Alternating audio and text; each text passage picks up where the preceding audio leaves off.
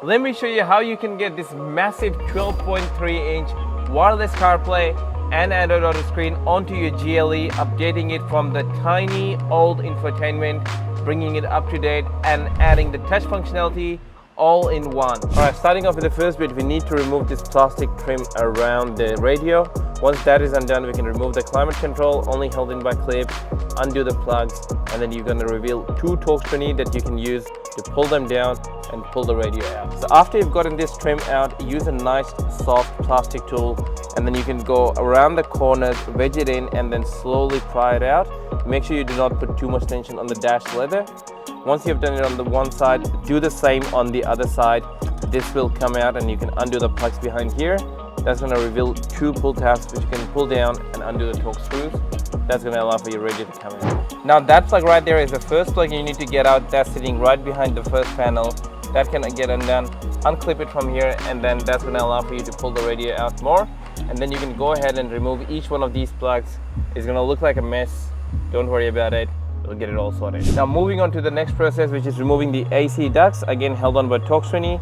Undo the torque screws, and then it's going to allow for you to remove this trim, again giving you access to undo the screws to remove your current screen. So what I've done here is remove this screen, which is just held in by two torque screws. So what you have to do is just behind the screen, undo these tabs and get your torque string in there, undo the screen. This will come out. It's just sitting in by this clip, so you can just pull it out. That's going to come out, allowing you to reveal these two torque strings here. Once you undo those, the whole AC panel will come out. We need to remove this plastic trim around the radio.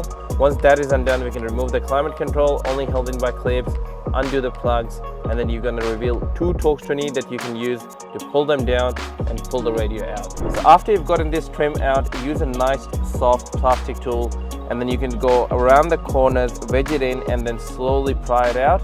Make sure you do not put too much tension on the dash leather. Once you've done it on the one side, do the same on the other side. This will come out and you can undo the plugs behind here. That's going to reveal two pull tabs which you can pull down and undo the torque screws.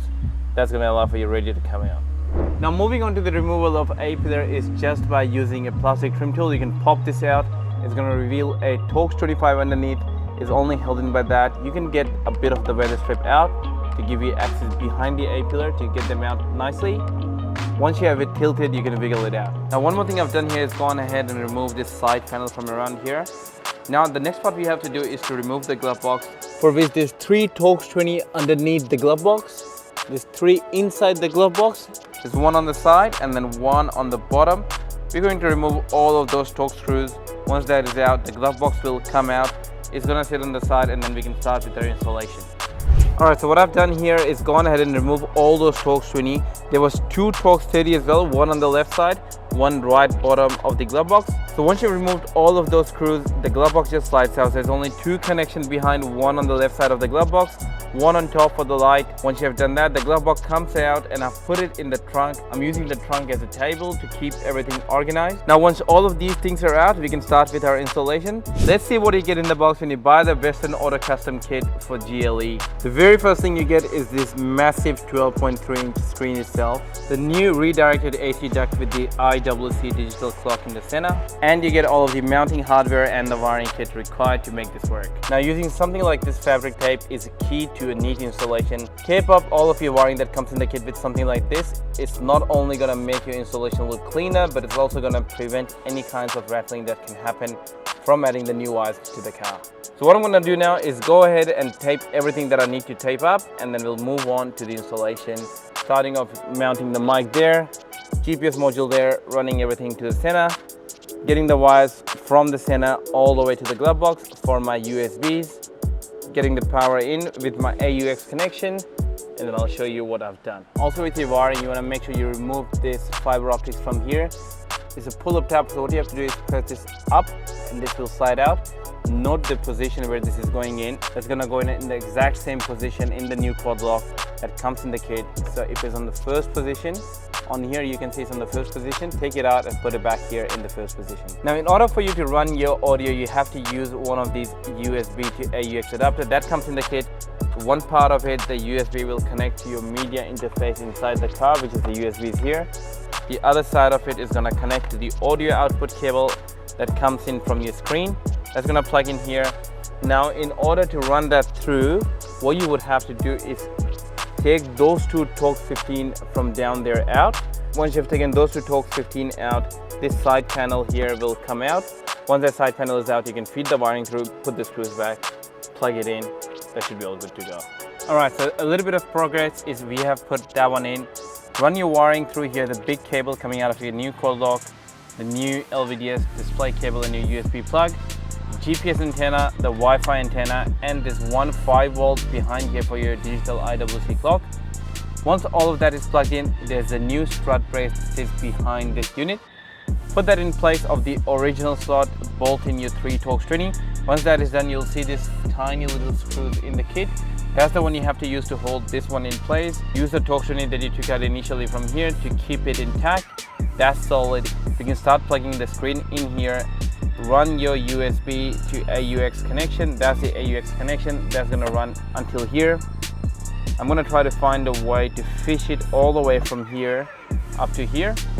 That's, I think, the best way to do it. Once that is all done, the radio can go back together and we can start testing for sounds and other things. Also at this point, you don't need to keep your A-pillar out anymore. You can go ahead and put your A-pillar back on. The GPS antenna is mounted. This kit has inbuilt mic onto the screen, so we actually did not end up mounting a new microphone there.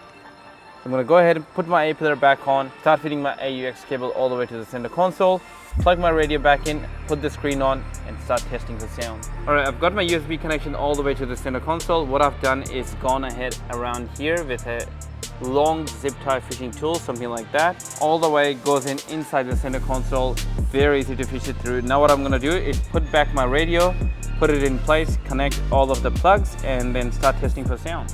All right, so I've plugged my USB to AUX connector in the port number 2, and the power is on the left side of the actual USB to AUX converter. Now, just that being in place, just sitting and testing, sounds working. Don't want to get a copyright, but now it's time to put everything back together. So the way it's all gonna go back together is I'm gonna tape this up, hide it nice and neat underneath here, put this panel back on, get this all in place, put the climate control back on, the glove box goes on, A-pillar goes on, and that's everything it.